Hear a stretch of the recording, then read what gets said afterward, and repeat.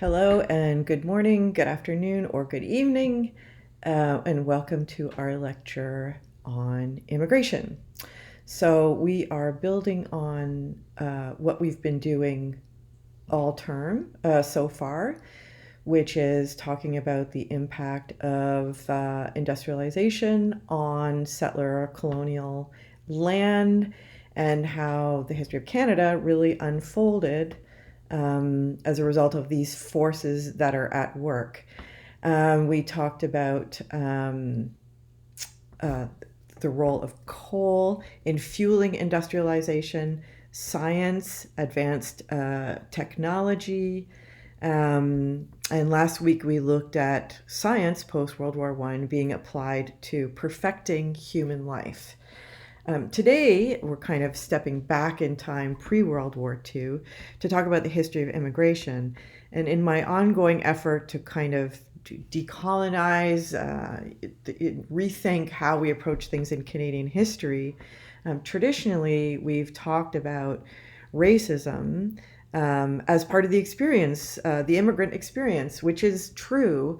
But there's a tendency to make that sort of a problem that's associated with the immigrant experience. So, what I did last week by focusing on imperialism, the notion of Canada as part of the empire, and white supremacy is to place racism where it belongs, which is on the shoulder of the white folks who perpetuated it. That said, of course, these racist, biased, prejudiced views that white Canadians held certainly impacted the experiences of immigrants. So we will talk a little bit about that, and we'll talk about that through poetry, and which seems to be becoming a sub theme in this class. And in fact, we're going to begin with one of those poems.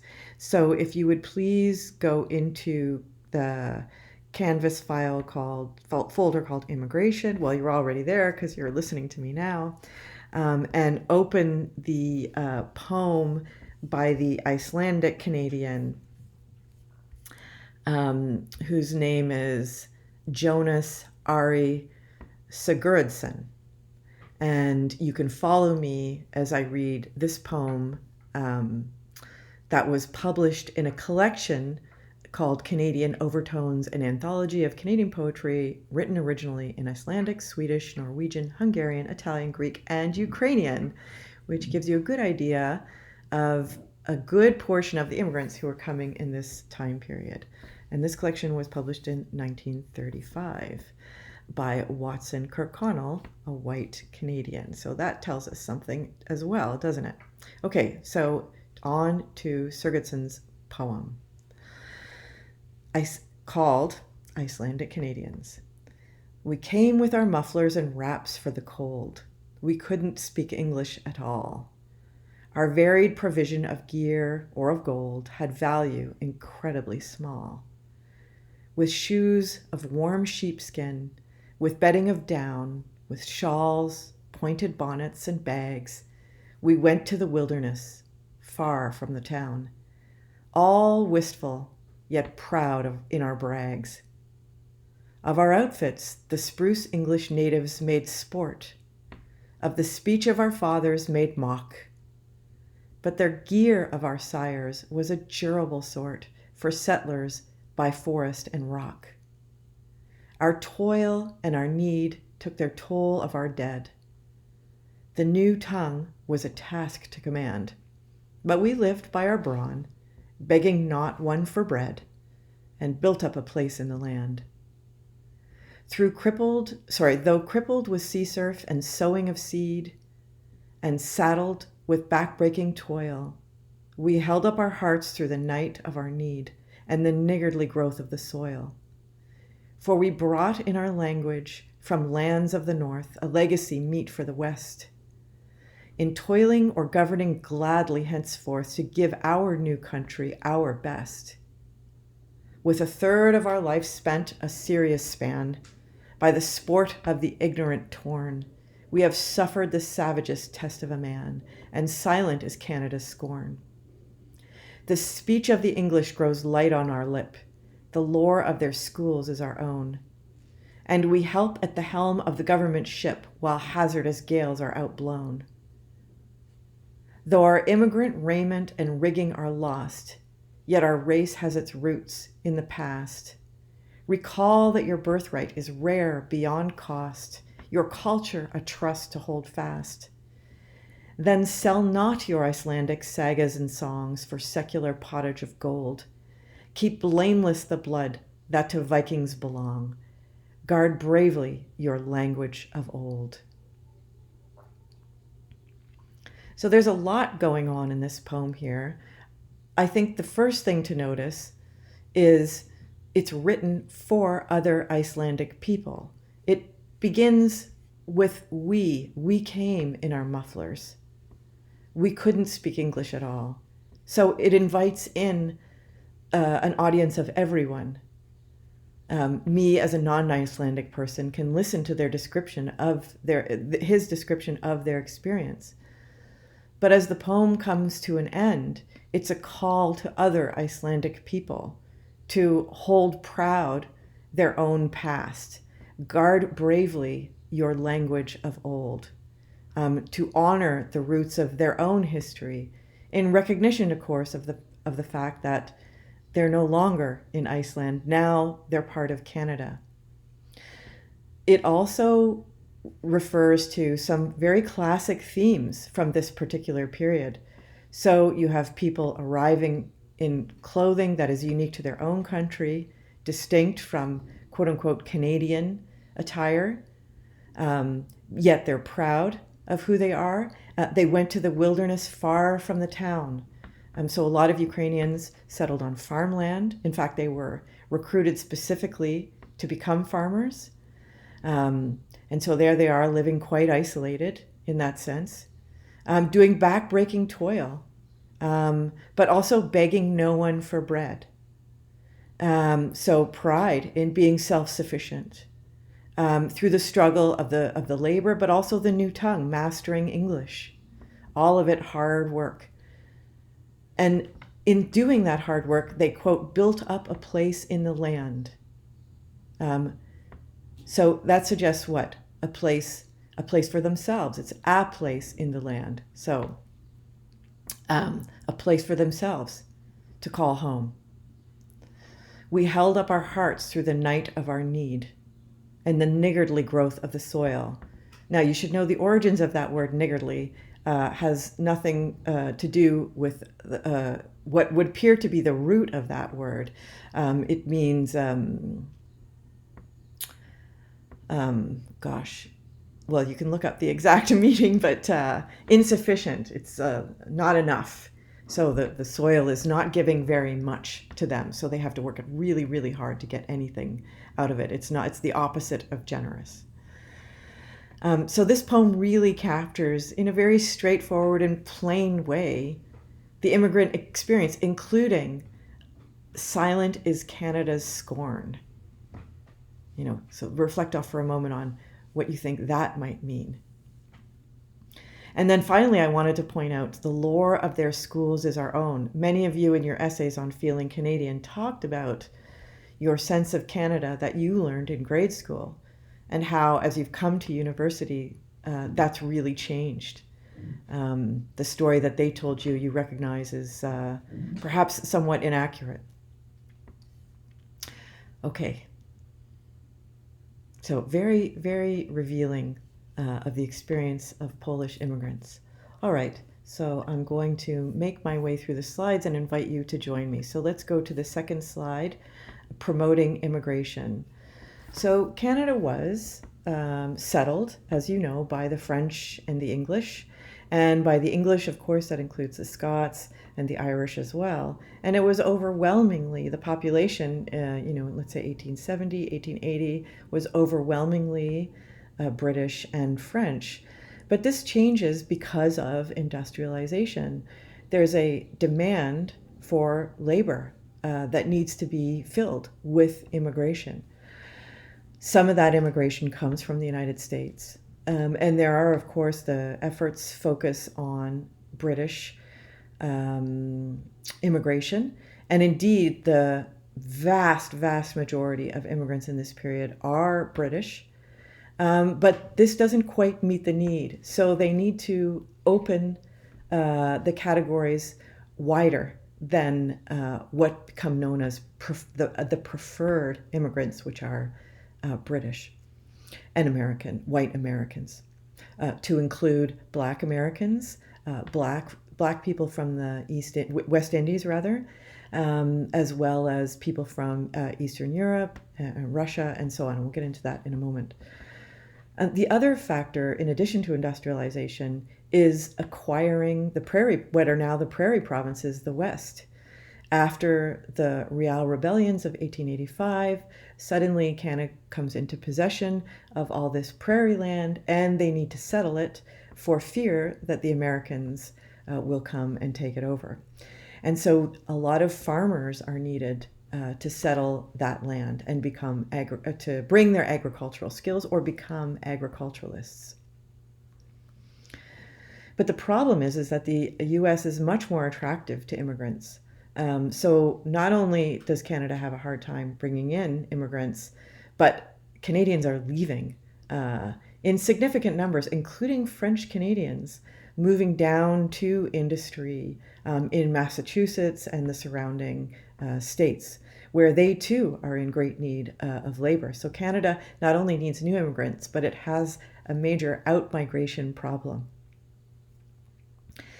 So as we saw in our very first week, capitalism has a need for the cheapest possible labor. Well, not a need, but a desire for the cheapest possible labor. So they're interested in bringing in the less desirable immigrants because they cannot demand as high a wage as white labor can. But generally speaking, as we saw last week, the average Canadian, all the way from the working class all the way up to the elites, including the prime ministers of Canada, definitely want to keep Canada white, and white English-speaking Protestants are certainly the preferred immigrant, although white Catholics will be tolerated. So there's this tension between these forces at work. And then finally, we need to think about gender and age. So male laborers are preferred, and because of the way gender has segregated the labor market, there are fewer jobs available for women. So the opportunity to migrate is really a male opportunity or a family opportunity. So if you're a woman and you're married to a man, you may migrate with him. But if you're a single woman, migration opportunities are few and far between. So Canada did have a scheme for female domestics, wanting to hire women to serve as domestics in private people's homes. So basically do the cooking and cleaning and child rearing. And again, young British and Irish women were targeted for this particular kind of labor.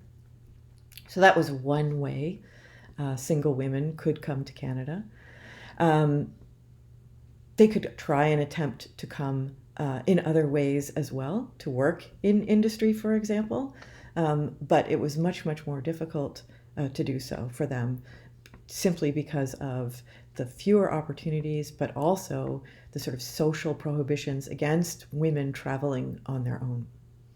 And there was another group of people that was brought over, which were called the home children. So these are children who were considered abandoned in the United Kingdom, who were living in homes for children. Often they were simply the children of very poor working class people, their families unable to feed them, so relied on these institutions to provide their children with the nourishment and a safe home that they otherwise needed. Although often not actually abandoned, they were considered abandoned. And so because there were so many of them, and the voluntary organizations who ran these schools didn't have enough room for them, they came up with a scheme to send them over to the colonies like Canada as indentured laborers. And this scheme lasted from 1869 until 1930s. So between 1896 and 1905, when industrialization is really taking off in Canada, the head of immigration is Clifford Sifton. And he launches a very aggressive campaign to recruit new immigrants. And he enters into agreements with Canadian transportation companies that they should provide free transportation companies and industry. So transportation companies provide free travel to immigrants, which industry pays for, in exchange for them signing contracts, agreeing to work in mines, or, as we'll see in a moment, steel mills or other types of industry. So this was the recruitment pattern. So you can see here industry, transportation companies, and government working hand in hand to bring people over. So this is on the Canadian side, why we wanted immigrants. So why would people want to immigrate? Well, many of you are from families who immigrated in the last century, and so you know this firsthand. But obviously, some of the reasons are economic opportunity. So there might be a downward turn in the economy in their own country, or they might face other kinds of barriers to work. Political upheaval and repression in their own country might want them to seek opportunities where they could have more stability and the possibility of having a better life through work elsewhere. And for Russian and other Jews, there were pogroms. So campaigns against Jews, racist campaigns against Jews, and riots, and the killing, the murdering of Jews. So many Jews were migrating out, seeking to escape pogroms. And indeed, this is the origins of Canada's significant Jewish population. Another lesser known reason, and one you won't hear about in your standard textbook, is sexuality. We know that in some case, in at least one case discovered by the historian Paul Deland, and a sort of upper middle class man who was engaging in homosexual relationships, and this was becoming known in their community to the great shame of their family. Their family's doctor suggested, well, if they go off to Canada into the wilderness and nature, their masculinity will be restored, and their homosexual ways will come to an end, and they will return to heterosexuality. So that's one reason why he was sent to Canada, to hopefully cure his homosexuality. And of course, if you wanted to seek out same-sex relationships, you might seek to leave a smaller community where your activities would be very closely observed by the family and community, and you want to be out from under their eyes, and have more freedom and autonomy. So sexuality was another factor for out-migration. And so we need to think again from the experience of immigrants' perspective, how gender and age also was a factor in these labor-driven demands for immigration, determining for whom immigration was a real possibility and for whom it wasn't. So obviously, young men of working age, able-bodied, were the most desirable of all immigrants. That being said, however, what we see after these young men immigrated is called chain migration. So often, once they arrived here and were settled and established, if they came as a single person, their families would often arrange a marriage for them from somebody at home, and then they would bring over their wife, and then those two would sponsor their extended family members to come over. And so this is the chain migration that we refer to. More and more people from that family come to Canada and create an extended network. So in this way, links between their life in Canada and their life in their country of origin often remained very, very strong. There was a very strong connection for that first generation of immigrants. For the second generation and onward, it would be a little bit different because, of course, the attachment to that country of origin simply wasn't always the same. And often there would be a loss of language as well, which we'll get to in a moment. So if you move now to the next slide, which is a photograph called Ukrainian Immigrants at Quebec. So this is, again, if we go back to classic Canadian history, this is a very classic photo that we would use to illustrate the story of immigration. And indeed, this photograph was taken by a photographer named Topley, who was commissioned by the Department of the Interior in 1910 to photograph immigrants as they were arriving in Quebec. And he worked alongside another photographer named John Woodruff. And these photographs were circulated in Europe to promote immigration to Canada. And so they served a very particular purpose to encourage more people to come. And this photograph is often used to illustrate the experience of the kind of immigrant that Clifford Sifton was particularly open to, who were seen as quote unquote non-preferred. So I just want to stop for a moment and say here that these are folks from the area we now know as Ukraine. So they were the Habsburg provinces in the early 20th century of Galicia and Bukovina. They were the largest and most visible presence of all European peasant cultures to come to Canada. By 1914, about 150,000 Ukrainians came, and then another 70,000 in the interwar years. Many of them were poor, they were illiterate, and they were escaping oppression in their own homeland. So that was their particular experience, but a very significant number of immigrants in this period came from the Ukraine. Prior to 1910, the vast majority were men. And most of these Ukrainians began their Canadian experience clustered in the tenements in the north end of Winnipeg, and they worked as railway navvies and farm laborers. And as soon as they could, they would move to their own farms and quickly earned a reputation for hard work and determination. And this, despite the fact that their cultural practices and their language also brought widespread criticism from their Canadian-born neighbors, something that is captured in the poem by the Icelandic immigrant that we read at the beginning. And one of the things that was the most, historians have suggested, is the most visible presence the most visible symbol of the Ukrainian presence in Canada was their church architecture.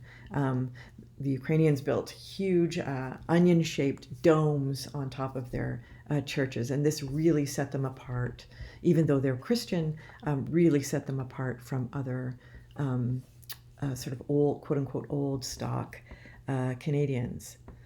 So if you go now to the next slide, here we have, again, this classic quote from Clifford Sifton. I think a stalwart peasant in a sheepskin coat, born on the soil, whose forefathers have been farmers for 10 generations, with a stout wife and a half-dozen children, is good quality. And so what he's referring to there is the fact that these are, although while quote-unquote non-preferred immigrants, they are going to make excellent farmers, excellent settlers on the land. So that was Clifford Sifton's argument. But if you go now to the next slide, in 1905, when Frank Oliver took over from Clifford Sifton, he thought quite differently about the matter. He said, "It is not merely a question of filling the country with people.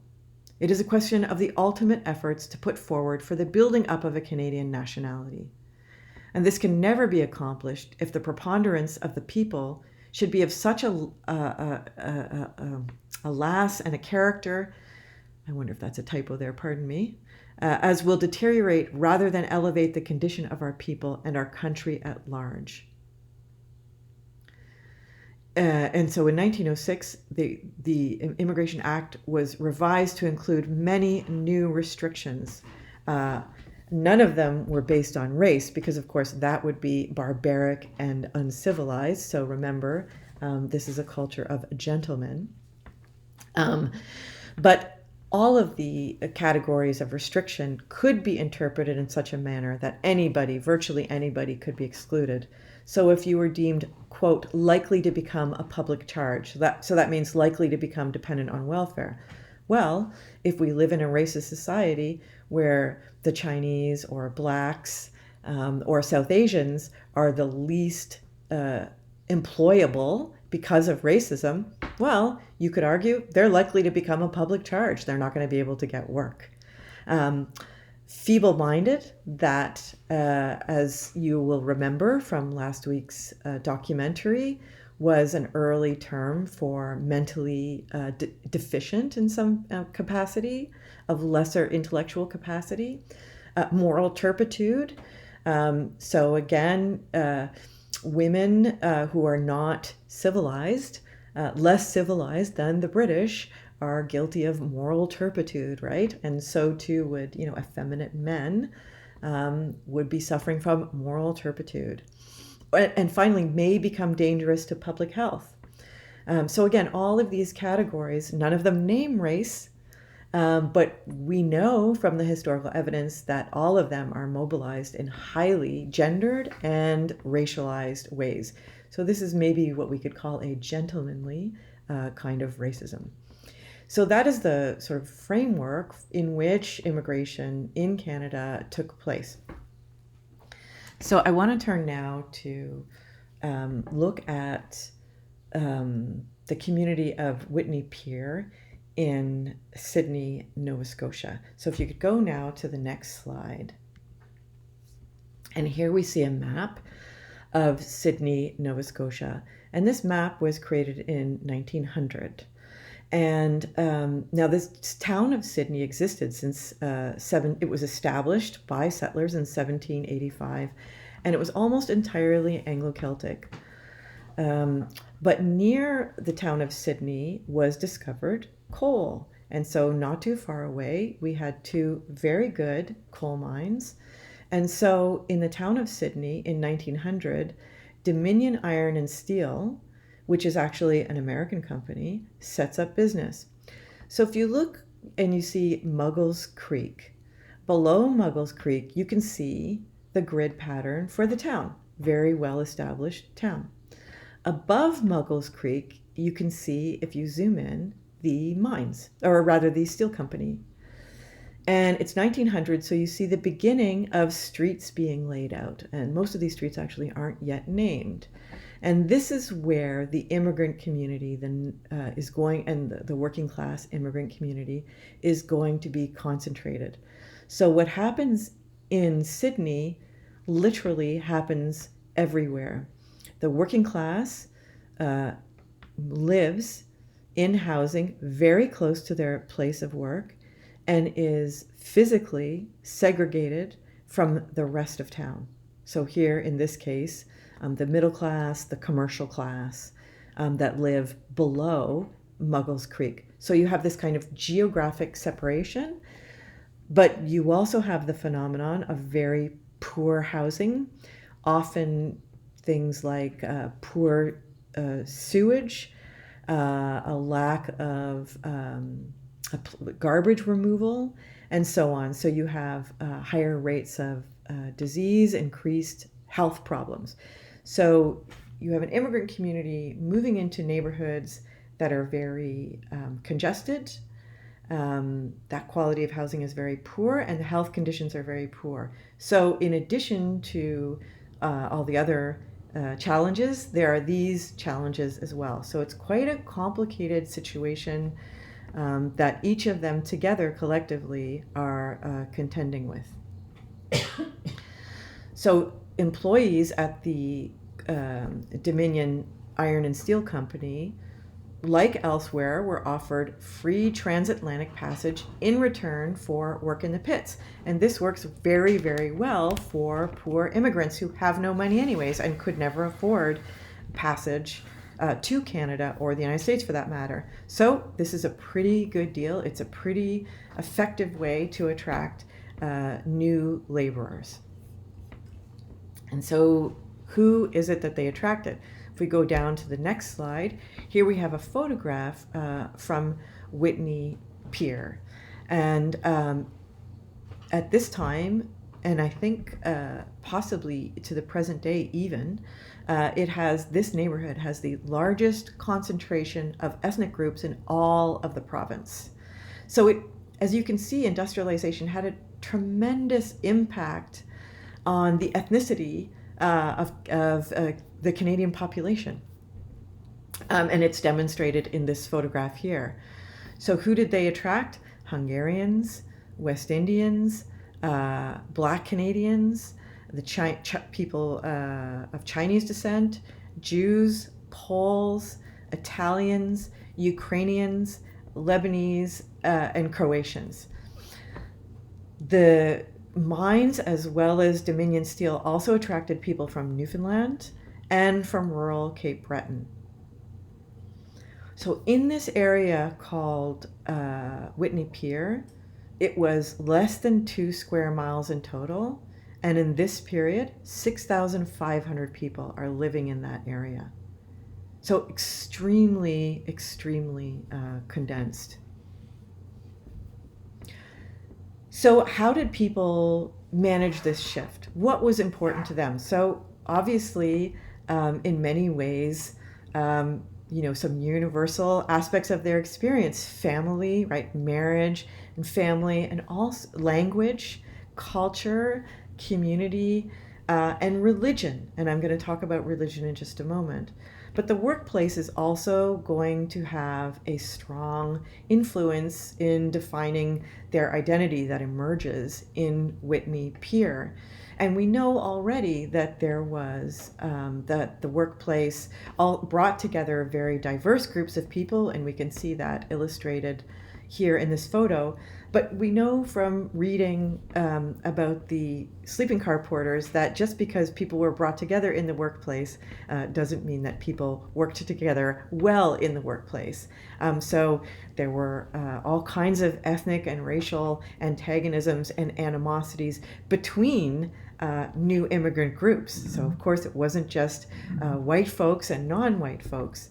Although, well, I should say ethnic groups here, because, we're talking about Italians, Poles, Ukrainians, Lebanese, and Croatians, all of whom, today and Hungarians, we would consider white. But there are animosities between these different groups as well. There are pressures on all of these groups to appear as, good immigrants, good Canadians who are hardworking and contributing positively. So, you can see the potential for intergroup animosity to occur when something happens in one community. It reflects on everybody, right? So if a Polish person commits a crime, let's say a theft, from a local shop, they don't say, oh, those Poles. They say, oh, those immigrants, right? They're dangerous. So the action of any one person reflects on everybody. So while communities can come together and support and help each other, there's also the possibility for incredible tension and antagonism between these groups as well. So those forces are working alongside each other. So in Canadian history and in this class, we've been focusing for very good reason on the role of the church in settler colonialism, sort of executing the wishes of the colonial state and, everyday citizens to assimilate and, Canadianize Indigenous people. But I want to highlight the role that the church played in the lives of immigrant people in helping them remain connected to a sense of community and ethnic identity, and also in helping to support them through this period of extraordinary transition. So today, most of us are not, well, I don't want to make generalizations. I don't know about you, but when I grew up in the 70s, my family went to church every Sunday. It was a really important part of my life. And I don't go to church anymore, and none of my siblings go to church anymore. Church is just not that important. Indeed, I'm making this lecture to you in Quebec, and Quebec was a very Catholic society. And in the past 20 years, a lot of these beautiful old historic churches have been sold and turned into condos and other things. So basically, in Canada, we've become increasingly secular. So it might be hard for some of you to appreciate just how important church was, not just as a place of spiritual practice, but as a place of community, as a place of creating a sense of belonging, purpose, and identity. And we can really see that by how quickly several immigrant groups built churches in Whitney, Pier. So if you turn now to the next slide, you'll see an example of, or a photo rather, of the Holy Ghost Ukrainian Greek Catholic Church. So as I mentioned, the Dominion Steel and Iron Company opens up in 1900 and begins recruiting immigrants. In 1921, that's the census year, there were 337 Ukrainians living in Sydney. By 1912, they had already begun organizing to build a church. So I don't know when exactly the very first Ukrainian arrived, but sometime in or after 1900. So in 1912, they form what's called an Ethnic Benefit Society. And this is what all these groups did. They would form these benefit societies and begin fundraising. With the money they raised, they bought land, they built a church, and in 1913, this church opens. Now think about that. Within 12 years of the very first immigrants coming, they've already, and these are people working in the mines, remember they're working 10, 12-hour days, 6 days a week, and they're able to, and making very low wages, right? Yet, within their own community, they're able to raise enough money to build their own church. So that says a lot about the significance of having a place of worship for that particular community. Up until that point, of course, they were going to other churches available to them in their community, but they wanted their own church with a Ukrainian leading their service. Churches were much more than, as I said, spirituality. Historians have argued that religious affiliation was one of the most significant factors of ethnic continuity. So, as you can see in this example, just the architecture alone refers back to home, right? It's unique and it's distinct. But the church also provides not only itself diverse services, but a place for people to gather socially. So churches would have things like social clubs, they would have dances, all kinds of social activities that people could engage in, and of course support the continuation of not just their cultural practices, but also their languages. So to this day, many ethnic groups offer language schools, whether it's Russian or Ukrainian, in the church basement, right? In a part of the church. So many churches continue to play this really important role around retaining identity. And as we saw with the poem from the Icelandic poet, retaining those roots is really important to people in those communities. So this is the example of the Ukrainian church, and we know that Ukrainians made up a huge portion of new immigrants to Canada in this period. But this is true for other groups as well. So if you go to the next slide, what we see is St. Mary's Polish Church.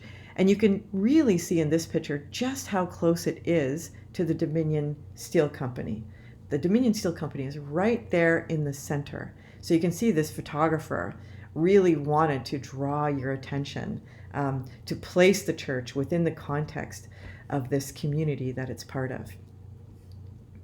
So the first poles came to Sydney in 1901, and there was a total of 423 that came in that year, and this church was completed in 1918. So again, exact same story as with the Ukrainians. Formed an ethnic benefit society, raised money, again, raising money amongst a community of people who have a very low wage, very little money, but it says a lot about their priorities that they would give to the church. And also built with, like all of these churches, or at least most of them, built with volunteer labor from the community as well. So people, they're one day off a week, that's what they're doing, building churches. And of course, this kind of labor was also gender segregated. So the building, the construction, tended to be men engaged in that labor, and then women would do things like sew and embroider curtains and decorations for the church interior. If you go to the next slide, there was a synagogue. Here we have a synagogue that was built in Cape Breton as well. Now, the Jewish people who arrived in Cape Breton, they began arriving a little bit earlier than the Ukrainians and Poles. They were coming in late 1800s, and most of them were escaping, as I mentioned earlier, Russian governed Eastern European territories, which includes the present-day Belarus and Ukraine. And there, rampant anti-Semitism targeted Jews in organized, violent, and wide-scale government-condoned attacks known as I said earlier, pogroms in Russia. And so it's interesting, how are they going to get along with the Ukrainians, the non-Jewish Ukrainians that are coming there? So you can see the possibility of some conflict, right? Just because one leaves one country, it doesn't mean one leaves behind the beliefs and attitudes that you have from that country. Now, although many Jews initially came to work in the mines, generally speaking, Jewish people were more attracted to peddling, and from peddling they would go into retail work. So people who worked in the mines would typically save their money and also go into retail, or they would buy land so they could become farmers. But Jews had a cultural tradition of peddling, and they brought that cultural tradition with them to Sydney. And many of them across Canada became retailers, particularly in the clothing industries. They, like other, because they didn't have, there was no pre-existing synagogue, so other Christians could meet in churches that already existed until they built their own church. There was no synagogue, of course, when the first Jews arrived in Sydney, and so they would meet in people's and hold service in people's homes. This Orthodox synagogue was built in 1913. But what's really interesting, and again, this tells you just how important religion was, even though the Jewish community was proportionately very small in Sydney in this period, religion was important enough that in 1919, a group of young men broke away from that congregation to form their own congregation, because the one that first formed allowed for men and women to worship together. But this group of young men who established the Temple Sons of Israel congregation felt that men and women should be segregated. So they built their own separate synagogue. So by 1922, there's actually two synagogues that existed in Sydney. So it's quite extraordinary to think of that in terms of just how few years these folks had actually been living in Sydney, how quickly they were able to raise funds to buy land and build a building.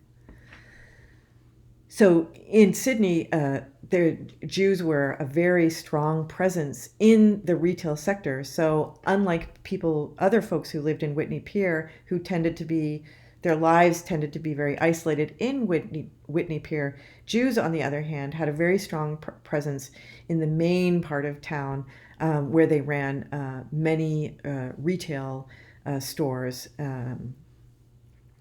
in both Sydney and Whitney Pier.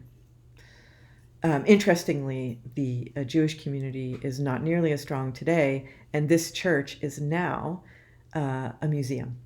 It was sold, I think, in the late 60s. And then finally, I want to talk briefly about St. Philip's African Orthodox Church.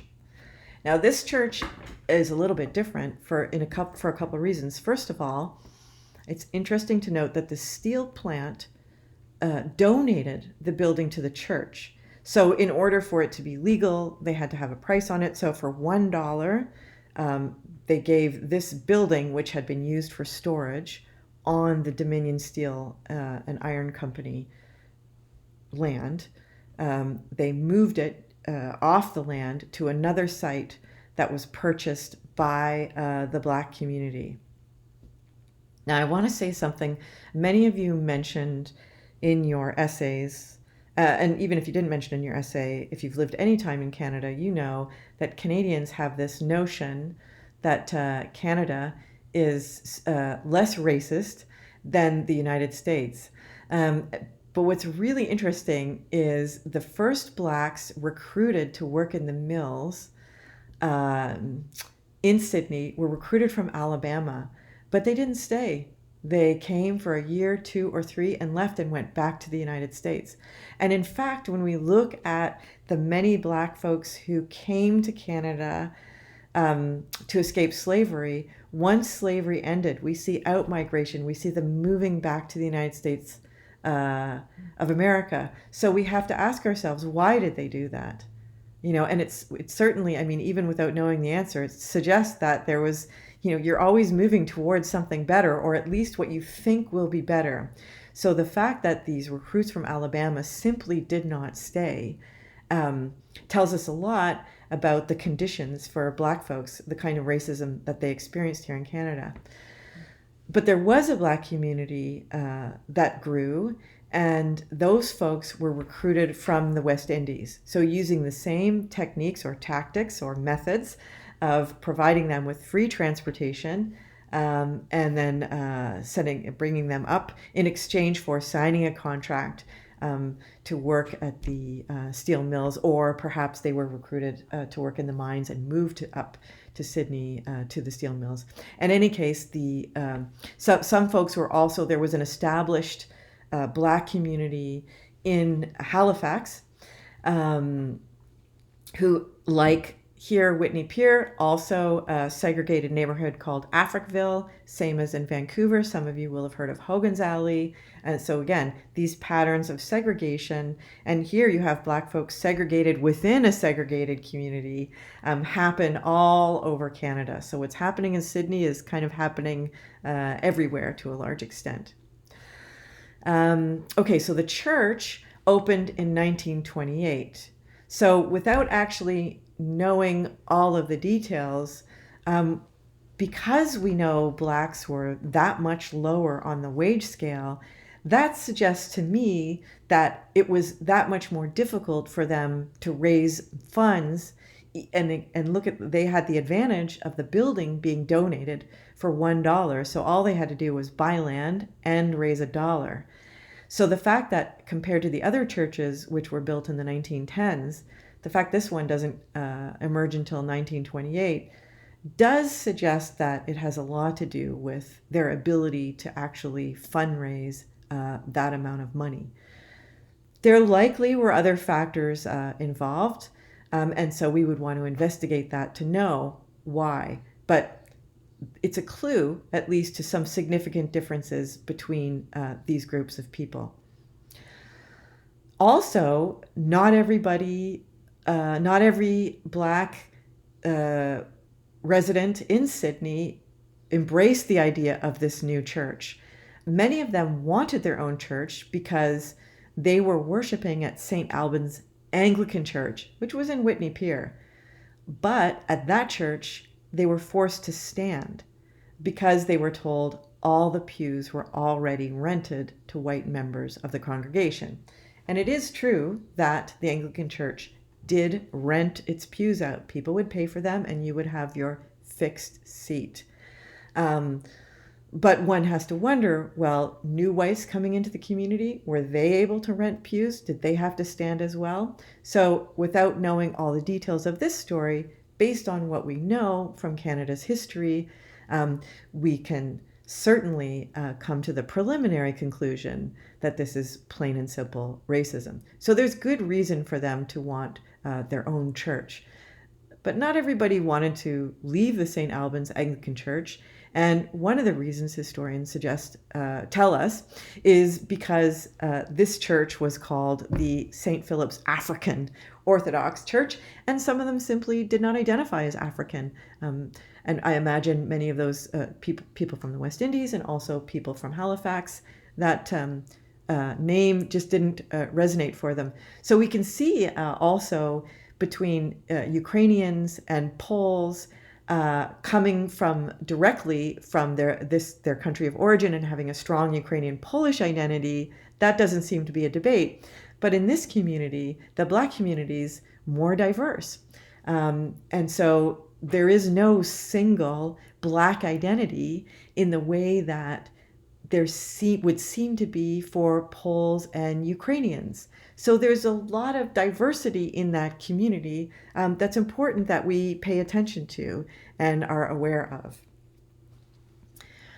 Okay, let's go to the next slide. Now, the point I want to make, the reason why I think it's really useful to look at churches in relationship to immigration history is because it really tells us, because churches were so important in establishing a sense of ethnic continuity and upholding identity, churches played a really, really important role. So, I'm always saying to you in class, it's never just good or just bad. Everything is always complicated. And so I also wanted to draw attention to the way in which churches could be incredibly supportive of people through times of crises. So, for example, going back again to the churches we just looked at, when there were layoffs, when there was a downturn in the economy and work would slow, churches sometimes were able to acquire government grants to hire people in the community to help do improvements on the church.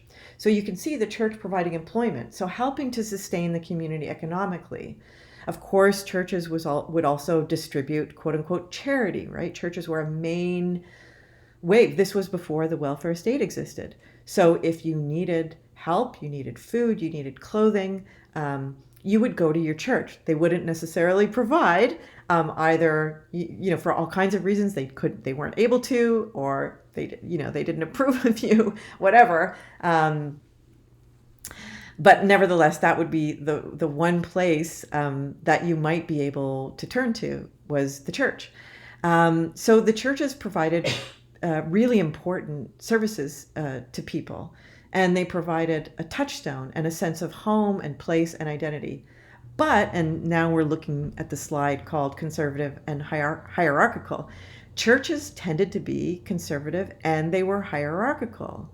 So churches overall tended not to be radical, but rather they wanted and encouraged conformity, and they wanted discipline. I mean, Christian churches are themselves hierarchical, right? They have, there's an order to things, right? There's God at the top, and then Jesus, and then, the Pope, or if you don't believe in the Pope, the bishops, and on down, right, to the priests, and then finally little old you, right? So they are hierarchical organizations that demand of their congregants a kind of conformity to the rules. And so they could also be a conservative and limiting force. And so I wanted to give you the example of another poet, Stephenson, who wrote this wonderful wartime poem. So I thought it would nicely build on Generals die in bed. It's very brief, just 4 lines. In Europe's reeking slaughter pen, they mince the flesh of murdered men, while swinish merchants snout and trough, drink all the bloody profits off. I mean, what a poem, right? In 4 lines, he pretty much says it all. So Stephenson's story, is very revealing about the ways in which the church can also make your life difficult. So he had little formal education, but had a deep desire for self-improvement and saw it as a responsibility for all of humanity to self-improve. And this meant, hard work and progress. And he got into the American freethinkers of the late 19th century, who challenged all kinds of hierarchies and truisms, including capitalism and, of course, war. And he was drawn to the Unitarian Church because the Unitarian Church focused on the personal nature of belief rather than submission to a higher power. And also it focused on the need for scientific verification. So all of these things really appealed to him. But this got him into a lot of trouble with the Icelandic Lutheran Church. And they accused him of godlessness. And so he, in turn, attacked the church and its ministers for hypocrisy, superficiality, and vanity. And by the late 1880s, he was held to be beyond the pale of the church, and he considered himself agnostic. So his criticism, he also criticized the church's stance during the war, because, of course, the churches in general want to support the nation state. They, too, want to contribute to this idea that as Icelandic people, they are good Christians and good Canadians, and they, in general, supported the war effort. And so he criticized the church's stance on the war, and he was a pacifist. And so he denounced the war as imperialist, and he condemned the ruling class for having plotted the massacre that was the war, and the church as well for supporting it. And he attacked the army and industrialists.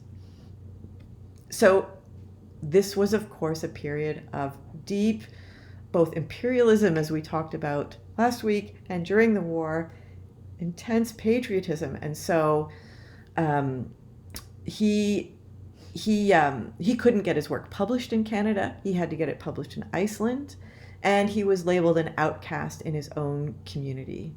So as you can imagine, if you're a member of the church and you're a member of the community and the church has condemned him, for you to remain in good standing in the community, and these are small communities, everybody knows what everybody's doing. For you to remain in good standing in the community, you have to stand with the church, not him. So this is what I mean by churches having both this positive, supportive role, but also this conservative role in the lives of immigrants. So kind of constraining them in their ability to explore in the way that Stephenson did. Okay, so just briefly then, I want to say, if we move along to slide number 13, as I was saying, the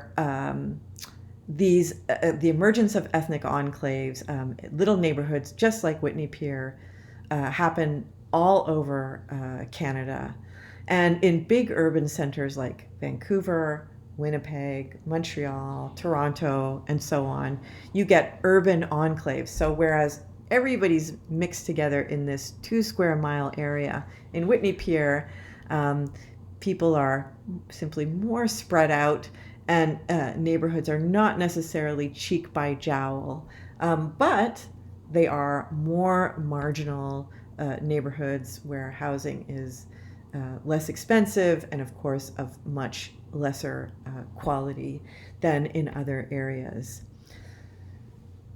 So typically in immigration history, we talk about the push-pull factors that drive immigration. And so I mentioned those at the beginning, right?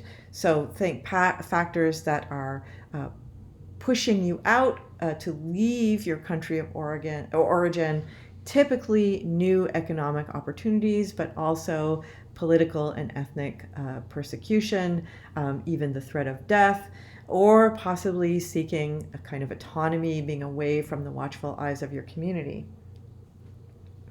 That being said, however, that really only worked for white folks, because if you were an ethnic minority, you were very dependent on the assistance of other members of your ethnic minority. And so what's remarkable when we look at the historical record from this early period is the letter writing of people back and forth, and just how well your family back home was able to follow what you were doing in your new country.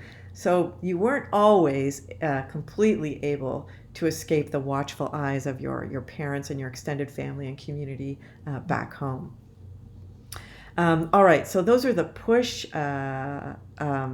factors, pushing people out, and then the pull factors are things where are the best new opportunities, and so that's what's pulling you toward a particular location. And as I said, America was much more appealing to most immigrants than was Canada, so Canada had to work harder to draw people to it.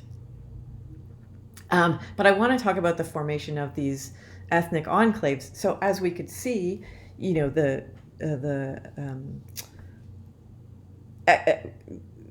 economic circumstance made it a necessity that people in Sydney moved to Whitney Pier. They had no other choice. And again, in cities, you're dependent on your community to get housing, to get assistance, to get a job from other people in that community. So that also is going to be a pull factor. But there are other reasons why one might not want to stray too far, and that is the familiarity of people who come from the same place that you come from, who speak the same language, who have the same values, who eat the same food, play the same games, share very similar worldviews, and so on. So there are positive, not just negative, but there are many, many positive factors that draw people into a community together. And indeed, because there was a glass ceiling, the possibility of advancement in the mines was nil, right? If you were a Hungarian, it's very unlikely you are going to ever become a manager at Dominion Steel and Iron Company. However, if you worked for another Ukrainian, there's a very good chance that there's some upward mobility allowed. So these ethnic enclaves, these ethnic communities, provided opportunities for upward mobility that simply did not exist for you in the white Canadian world. So some very positive factors at work there. Okay, I want us to take a look at one last poem, and that is the other one you'll find in Canvas by Rosa. Sorry, I'm just opening it up here.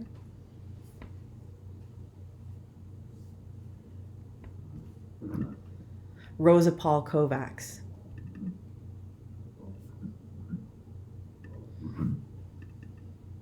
Oh, just a second, I'm having a little bit of trouble opening it on my end. Give me 1 minute.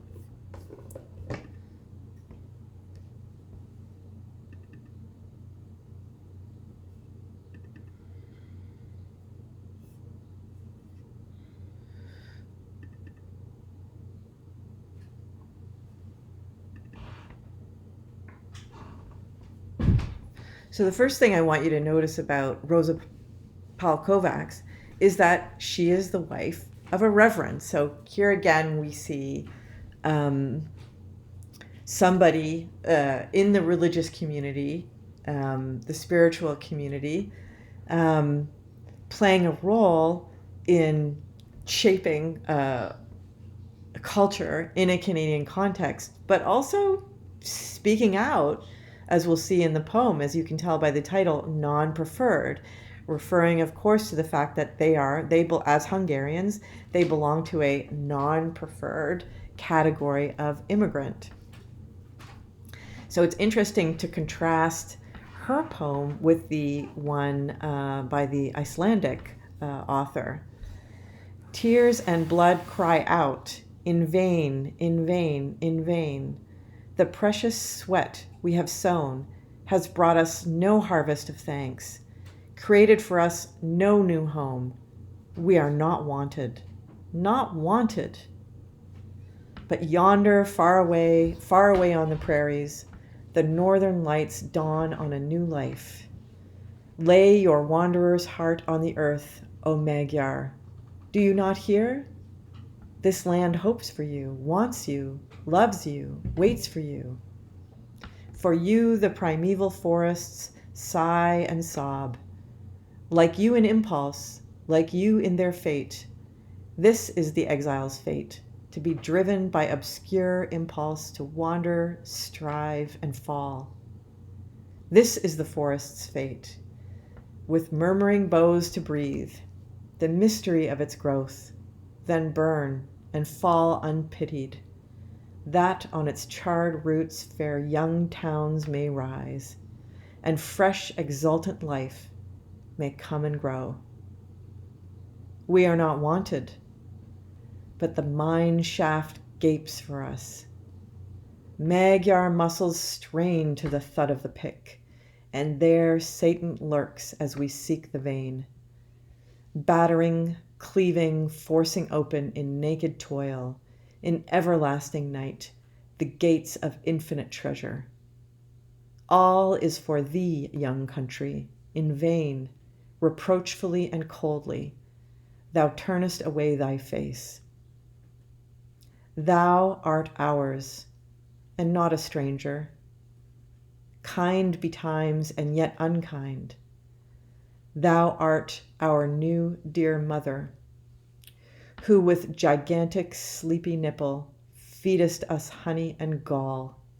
We cling to thee ardently, obstinately, with the hope of the exiled, the homeless, the distressed. Thy hand may slap our faces, but we love thee, we love thee. And with the grateful, bleeding heart of our sad and colorful race, we shall raise new generations for thee. I mean, I wish I could be talking with you right now and getting your reaction, but what an extraordinary poem. I mean, it's so, tears and blood cry out, and the sleeping nipple. I mean, it's so obviously written by a woman, and it's very emotionally connected, and the pain comes through so clearly in what she's talking about, and the relationship, this conflicted relationship that the Hungarians have to Canada. The mine shaft gapes for us. It really puts this whole relationship of mining and the need for immigrant labor and them being drawn to it, and just what that experience has meant and how it lands. There Satan lurks as we seek the vein, battering, cleaving, forcing open in naked toil. Infinite treasure, all is for thee, young country. And in vain, reproachfully and coldly, thou turnest away thy face. So it's really powerful expression of the experience of coming to Canada, working, understanding that you're building this young country. That is the rhetoric. But here is how it is for us, on the other end of it, and how it is landing with us. So I really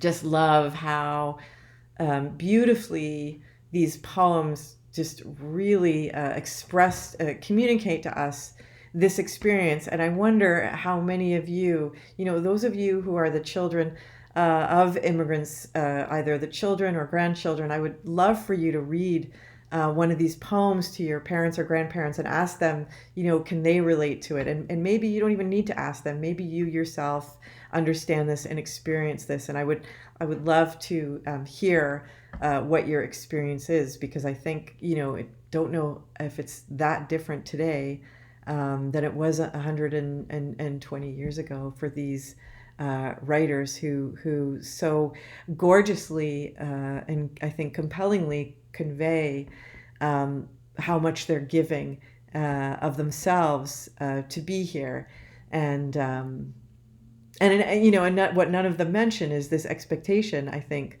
that people in the host country have, that they should be grateful, that they are being given this opportunity, and that they should be grateful for it. So it's interesting to think about and to really sit on the sentiments expressed in these poems in relationship to what we talked about last week, the International Order Daughters of the Empire desire to Canadianize new immigrants. And I think, the first Icelandic poem referred to like what we learn in your schools. And so what does that mean? From the point of view of a white Canadian, what is their goal? And then what is the lived experience of a new immigrant? So that's really rich territory in there to explore. So I want to conclude this lecture today on immigration by looping back to the point I made around when we first talked about industrialization and Canada, which is to remind us that all of this is also built on stolen land. So if you go ahead now to the next title, which the next slide with the title, The Mi'kmaq. The story of the Mi'kmaq stands apart from the story of Whitney, Pier, and immigration. So the Mi'kmaq had what was an urban reserve on King's Road in Sydney. So if you go back to that map, King's Road actually in 1910 isn't marked, but it's a road that leads out of the city. So they're right on the edge of the city, very close, within walking distance of the city.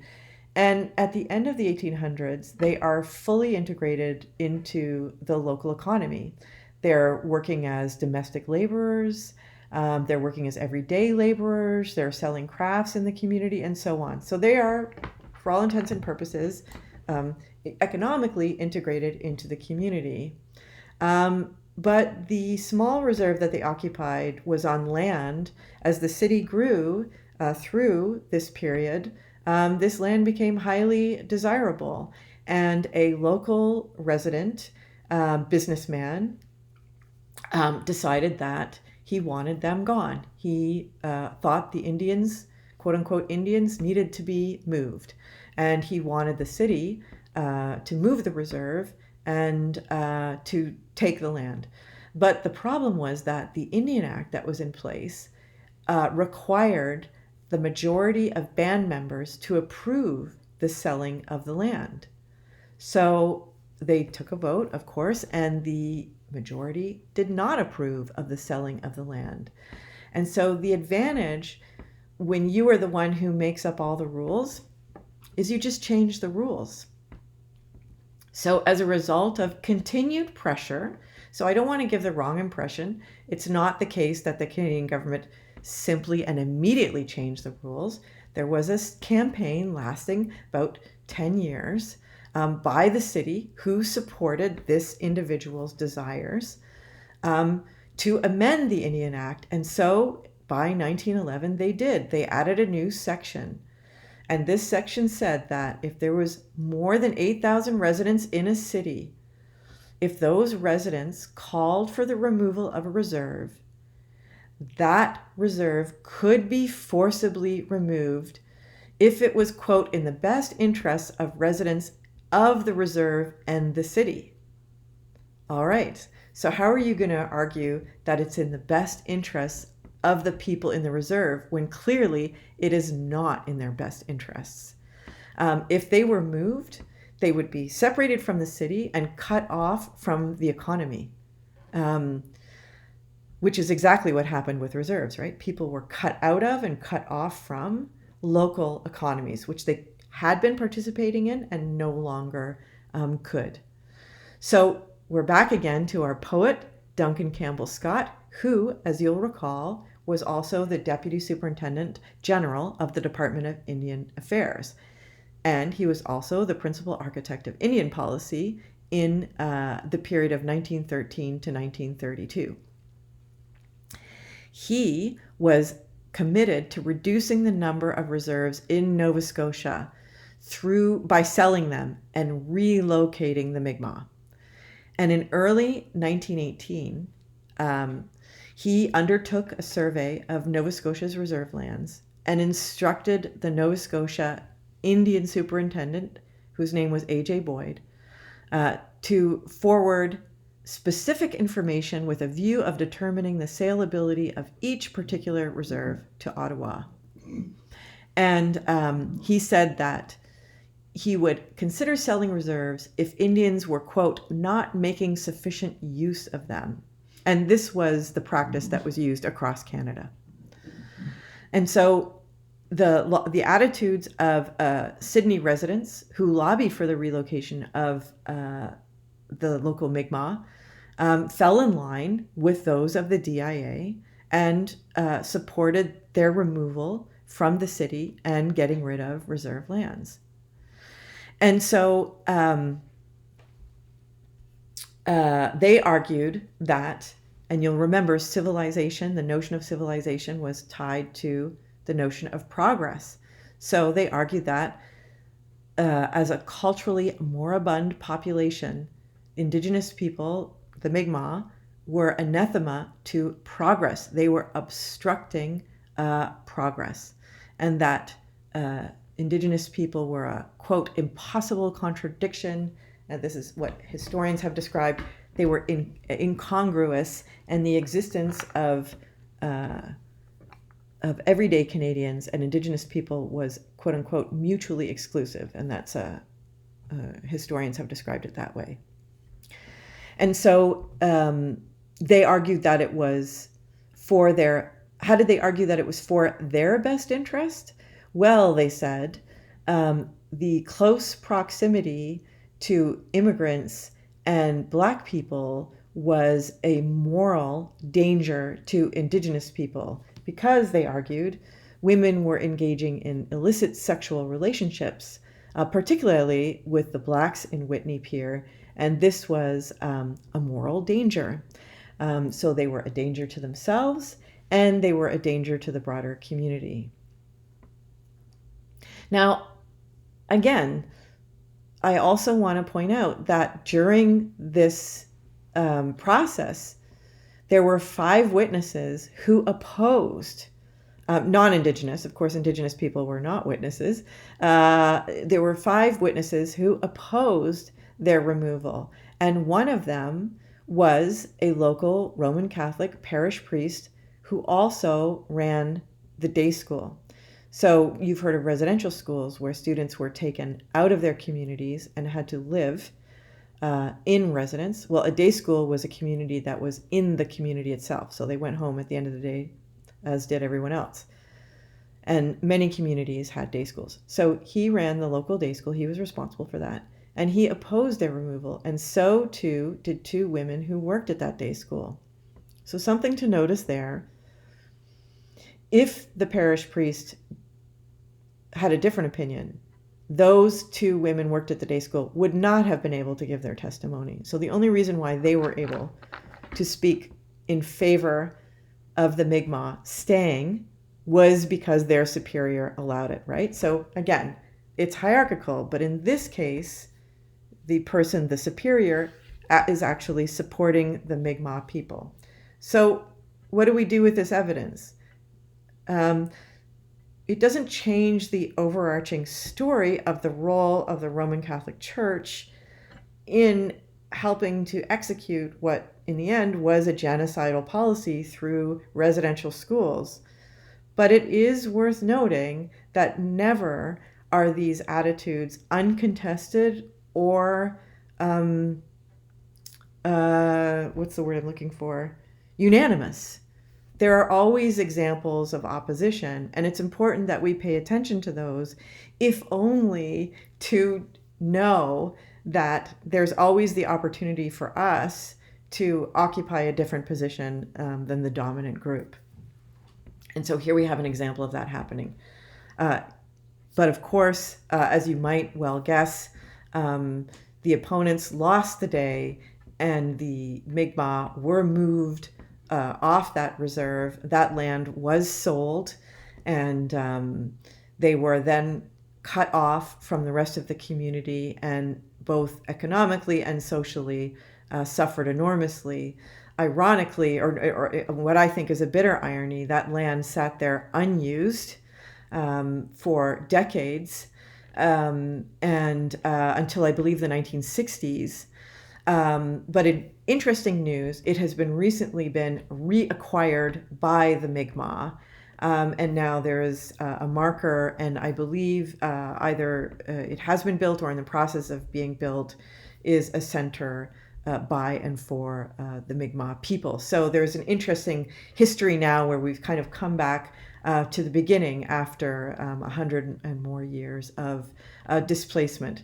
So all of this is part of the story of what happens here in Sydney. Nova Scotia is happening basically in Nanaimo, as we already talked about, and happening in cities and towns all across Canada.